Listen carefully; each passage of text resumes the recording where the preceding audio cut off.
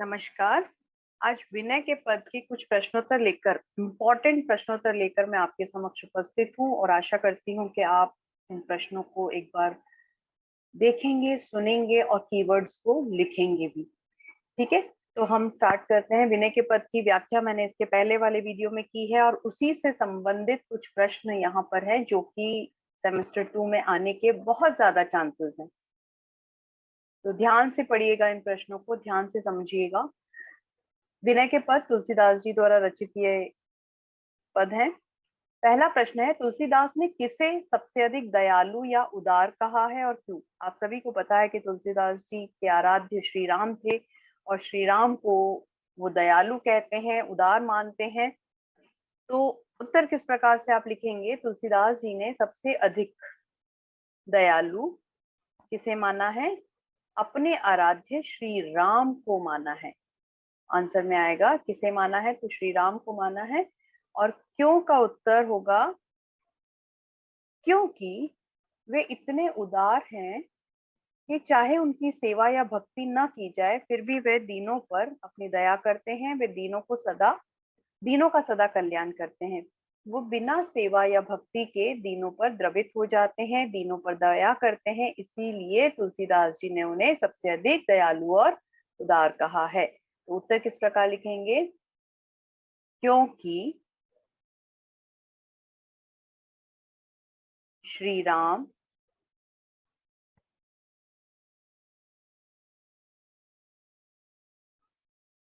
बिना भक्ति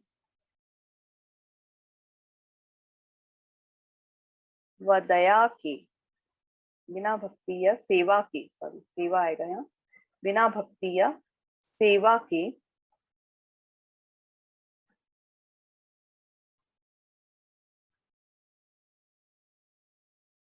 बिना भक्ति व सेवा के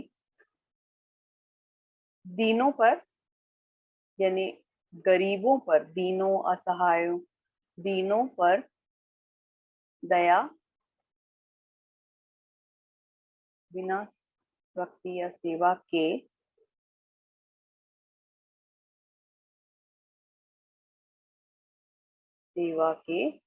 दीनों पर दया करते हैं। ठीक है, 2 मार्क के लिए अगर ये प्रश्न पूछा जाता है तो इतना उत्तर सफिशिएंट है। तुलसीदास ने किसे कहा? तो श्री राम को कहा। और तुलसीदास जी ने क्यों उन्हें उदार कहा है? तो उसका उत्तर आपको नीचे दिया गया है। देखिए मैंने नीचे लिखा है, क्योंकि श्री राम बिना भक्ति या सेवा के दीनों पर दया करते हैं और दीनों का सदा कल्याण करते हैं। ठीक है, इस प्रश्न का उत्तर आप इस प्रकार से लिख सकते हैं। आई होप आप लिखते जा रहे हैं। अगला प्रश्न है, गीध और शबरी का उदाहरण दिए जाने का कारण स्पष्ट कीजिए। तुलसीदास जी ने गीध और शबरी के उदाहरण द्वारा क्या स्पष्ट करने का प्रयास किया है, क्या बताना चाह रहे हैं वो? तो आपको यहाँ पर इसका उत्तर लिखने के लिए श्री राम की उदारता, पहले पद में उन्होंने श्री राम की उदारता का वर्णन किया है। तो उन्होंने कहा है कि जटायु, गीध मतलब जटायु, गीध कौन है? जटायु है। आप सभी को पता है कि जटायु ने रावण से युद्ध किया था। क्यों? क्योंकि वो सीता माता का अपहरण कर उन्हें लंका ले जा रहा था। तब जटायु ने उन्हें देखा और उन्हें उसे रोकने का प्रयास किया। तो जटायु से युद्ध किया और उसी में वो घायल हो गया था। और जब श्री राम वन में वहां आए तो जटायु ने ही उन्हें बताया कि सीता माता को रावण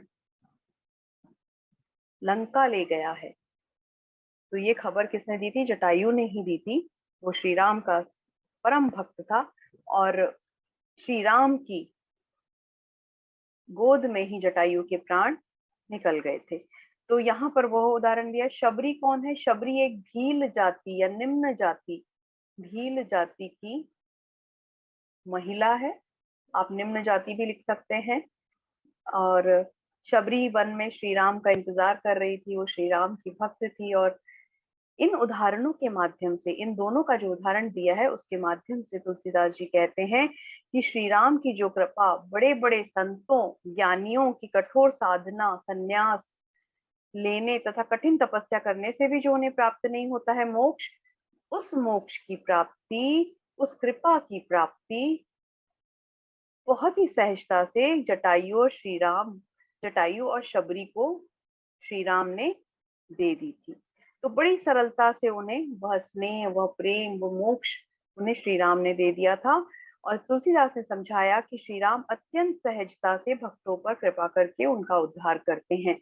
तो यहाँ पर आपको ऋषि मुनियों का जो एग्जाम्पल दिया है उसे लिखना है। ऋषि मुनियों, पहले पद में जो व्याख्या में बताया गया कि ऋषि मुनियों को तपस्या करने पर भी मोक्ष नहीं मिलता है, वही मोक्ष या वही जो कृपा है, वही स्नेह श्री राम ने शबरी और गिद्ध को सहजता से दे दिया था। ठीक है, सहजता से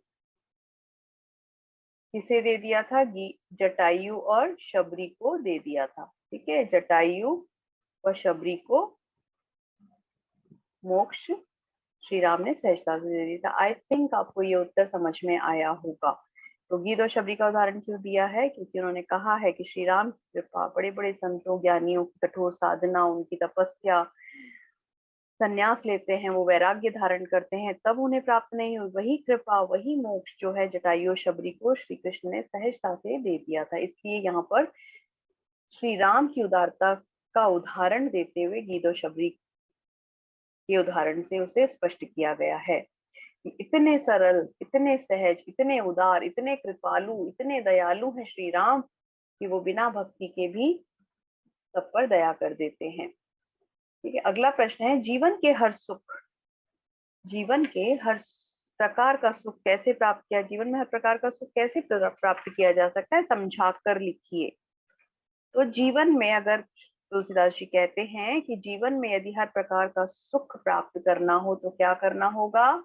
श्री राम की भक्ति करनी चाहिए। ठीक है, श्री राम अत्यंत कैसे हैं? दयालु हैं, कृपालु हैं। ठीक है, वे अपने भक्तों पर सदैव अपनी कृपा दृष्टि बनाए रखते हैं और बड़ी सहजता से अपने भक्तों की इच्छा पूर्ण करते हैं। और संसार और जीवन में इच्छा अनुसार सुख प्राप्त करने के लिए आपको अपनी सारी इच्छाओं की पूर्ति करनी है तो आपको श्री राम की भक्ति करनी चाहिए, श्री राम का भजन करना चाहिए, क्योंकि वो तो दया के सागर है, कृपा निधि है, वे दया के सागर हैं और वो सब पर दया करते हैं। पहले पद्य में से ये प्रश्न लिए गए हैं। ठीक है, तो पहले पद की व्याख्या आपको अच्छे से आनी चाहिए, पहले पद की व्याख्या बहुत अच्छे से कर लीजिए। अब है चौथा प्रश्न, श्री राम ने संकोच के साथ किसे कौन सी संपत्ति प्रदान की थी? विस्तार पूर्वक उत्तर लिखिए। तो श्री राम ने संकोच के साथ विभीषण को, इसे विभीषण, विभीषण कौन था? रावण का भाई था। ठीक है, विभीषण को कौन सी संपत्ति? वह संपत्ति जो शिव की आराधना की थी रावण ने, जब शिव की के लिए तपस्या की थी, घोर तपस्या की, और उसने अपने 10 सिर जो है अर्पण किए, अर्पित किए शिव के चरणों में, तब उसे ये लंका और वो सब अथाह संपत्ति प्राप्त हुई थी। वही संपत्ति श्री राम ने विभीषण को संकोच के साथ प्रदान की थी। यानी कि शिव जहां इतनी तपस्या करने पर प्रसन्न हुए, लेकिन श्री राम तो इतने उदार हैं कि वो विभीषण की भक्ति को पहचान गए और उन्होंने वही जो है संपत्ति बड़े संकोच के साथ, सकुचाहट के साथ उसे अर्पित की थी। तो आपको ये लिखना पड़ेगा, 10 सिरों के अर्पण के बाद, 10 सिरों के अर्पण के बाद रावण को शिवजी द्वारा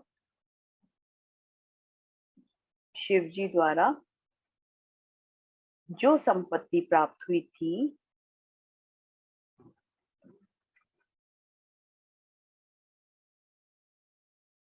वही संपत्ति श्री राम ने संकोच के साथ विभीषण को दे दी थी। तो आशा करती हूँ ये प्रश्न भी आपको अच्छे से समझ में आया होगा। ठीक है, तो यहाँ पर वही बताया है इस उदाहरण के द्वारा कि भगवान श्री राम इतने उदार हैं कि जो विभीषण है उसकी जो सेवा है, उस इससे वो इतने प्रसन्न हुए कि उन्होंने वह संपत्ति जो है वो विभीषण को दे दी थी, लेकिन वो संकोच के साथ दी थी। रावण शिव का भक्त था और शिव की कृपा पाने के लिए उसने अपने 10 सिरों का अर्पण किया और फिर ये तपस्या की और धन संपदा की। उसे बहुत धनी था वो, धन संपदा, सोने की लंका थी उसकी, धन संपदा उसे की प्राप्ति हुई थी।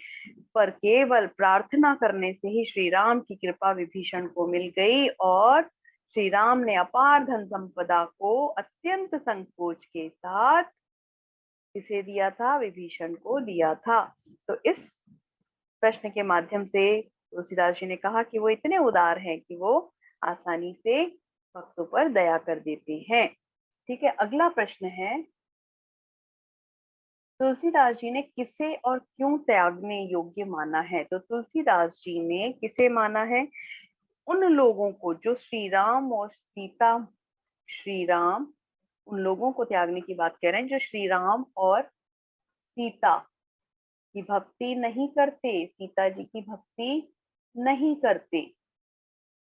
ऐसे लोग कैसे हैं? ऐसे लोग करोड़ों शत्रुओं के समान हैं। इन लोगों को अपने शत्रु के समान मानना चाहिए, और चाहे वो आपके परम स्नेही, बहुत ही प्रिय क्यों ना हो, तो ऐसे लोगों की संगति हमारे लिए हानिप्रद हो सकती है, क्योंकि ये हमें भक्ति में बाधक बनेंगे, भक्ति में बाधा उत्पन्न करेंगे, ये भक्ति मार्ग में बाधक बनकर हमारे सामने आएंगे। तो इसीलिए उन्होंने कहा कि जो राम, श्री राम और सीता की भक्ति नहीं करते, उन्हें करोड़ों शत्रुओं के समान मानकर त्याग देना चाहिए, चाहे वो आपके प्रिय ही क्यों ना हो। ठीक है, अगला प्रश्न है, किन लोगों ने कौन कौन से परिजनों का त्याग किया था? बहुत इंपॉर्टेंट क्वेश्चन है ये, और कई बार पूछा भी गया है कि किस किस ने क्या क्या त्यागा था। ये उदाहरण दिया है, सेकंड पद में उदाहरण दिया है। तो अनेक ईश्वर भक्तों ने अपने प्रियजनों को त्याग दिया। जब हमने यहाँ पे पढ़ा कि किसे और क्यों, तो राम और सीता को जो पसंद नहीं करते, जो उनकी भक्ति नहीं करते, उन्हें त्याग देना। तो ऐसे एग्जाम्पल क्या दिए तुलसीदास जी ने? तुलसीदास जी ने कहा कि ऐसे कई लोग हैं जिन्होंने अपने प्रियजनों को, अपने रिश्तेदारों को त्याग दिया है। तो कौन कौन है वो? जो, और क्यों त्यागा? क्योंकि वो ईश्वर भक्ति में बाधक बन रहे थे। प्रहलाद ने अपने पिता, किस किस का एग्जाम्पल दिया है वो लिखना पड़ेगा आपको। प्रहलाद ने अपने पिता हिरण्यकश्यप को त्याग दिया था। ठीक है, हिरण्यकश्यप को त्याग दिया था। फिर विभीषण ने अपने भाई रावण का त्याग किया था। विभीषण ने अपने भाई रावण का त्याग किया था। ठीक है, रावण का त्याग किया था। भरत ने अपनी माँ केकई का त्याग किया था। भरत ने अपनी माता केकई का त्याग किया था। ठीक है, और राजा बलि ने अपने गुरु शुक्राचार्य का त्याग, राजा बलि ने शुक्राचार्य, उनके गुरु जो है वो शुक्राचार्य थे, उसके पीछे भी अंतर्निहित कथा है, शुक्राचार्य को त्याग दिया था। और ब्रज की स्त्रियों ने, ब्रज की गोपियों ने या स्त्रियों ने अपने पतियों को त्याग दिया था, अपने पतियों को त्याग दिया था, क्योंकि वे भक्ति मार्ग में बाधक बन रहे थे। तो यहाँ पर जो भी 4-5 एग्जाम्पल हैं वो आपको लिखने पड़ेंगे। प्रहलाद ने अपने पिता हिरण्यकश्यप को, क्योंकि वो भी भक्ति मार्ग में बाधक थे। विभीषण ने रावण को त्याग दिया था। भरत ने केकई को त्याग दिया था। राजा बलि ने अपने गुरु शुक्राचार्य की बात नहीं मानी थी, उन्हें त्याग दिया था। ब्रज की स्त्रियों ने अपने पतियों को त्याग दिया था। तो इन्होंने जब त्याग किया तो उनका मंगल ही हुआ, ईश्वर की भक्ति की, उन्हें श्री राम की दया दृष्टि मिली। तो इस प्रकार उपर्युक्त भक्तों ने प्रभु की भक्ति में बाधक बनने वाले अत्यंत प्रियजनों को त्याग दिया था। ठीक है, अगला प्रश्न है, तुलसीदास जी के अनुसार परम हितैषी पूज्य प्राणों से भी प्रिय कौन होता है और क्यों होता है? ठीक है, प्रश्न ध्यान से पढ़िएगा, जब भी आप पेपर लिख रहे हैं तो पहले प्रश्न बहुत ध्यान से पढ़िए। तुलसीदास जी के अनुसार भगवान श्री राम के चरण कमलों के प्रति स्नेह, भक्ति भावना रखने वाला परम हितकारी पूजनीय प्राणों से भी प्रिय होता है।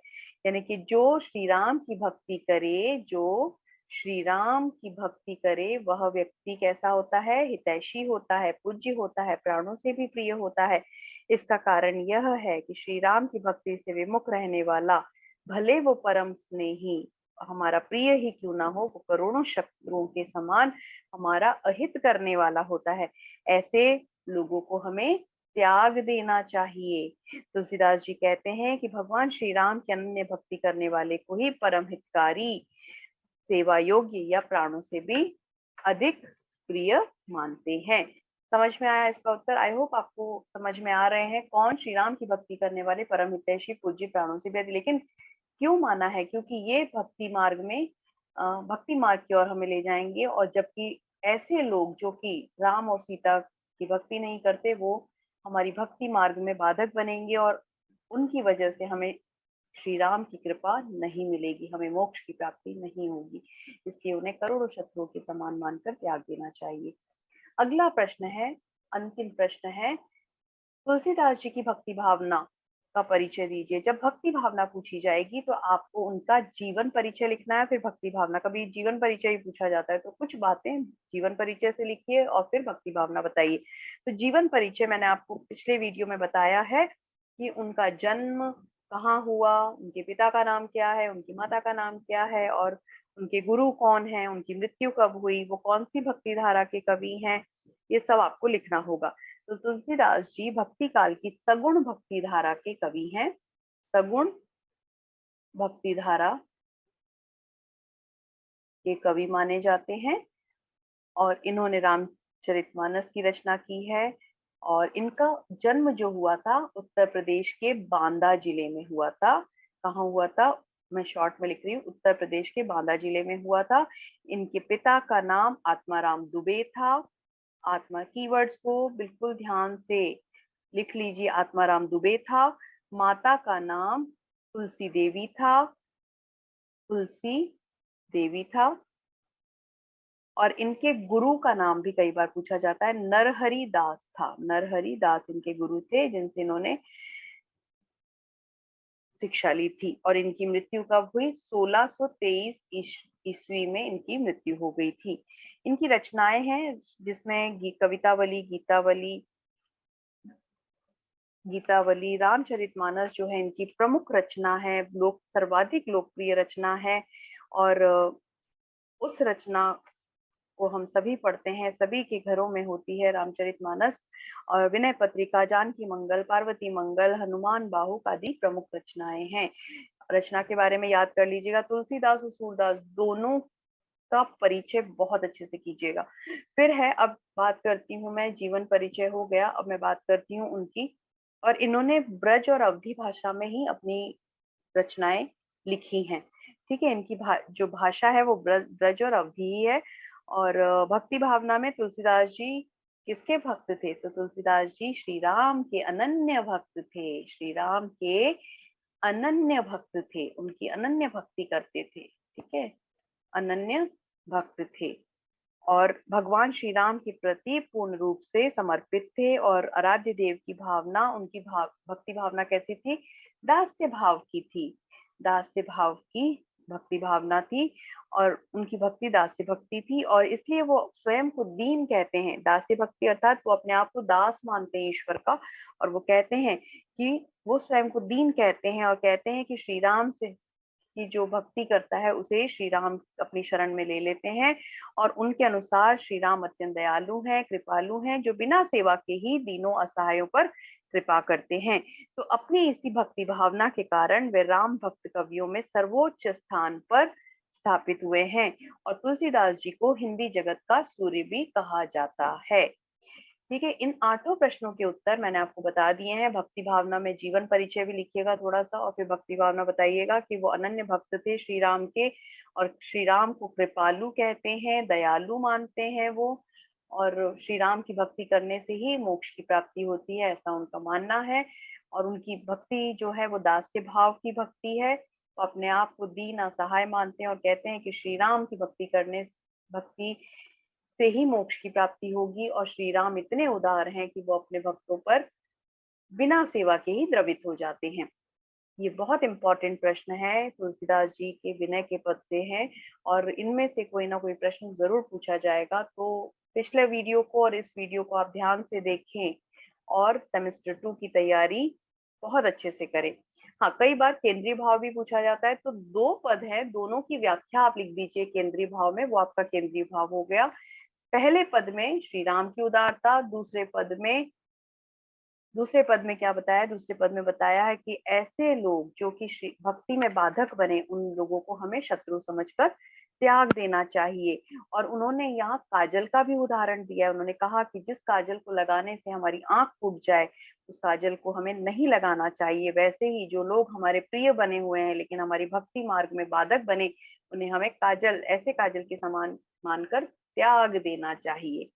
ठीक है, आशा करती हूँ आप सभी को समझ में आए होंगे और अच्छे से तैयारी करें परीक्षा की। बिल्कुल निश्चिंत होकर पढ़ाई करें, लेकिन कीवर्ड्स को लिखकर जरूर देखें।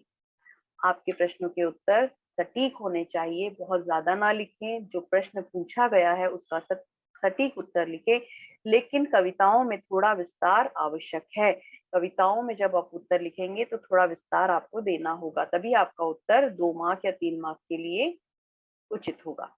धन्यवाद।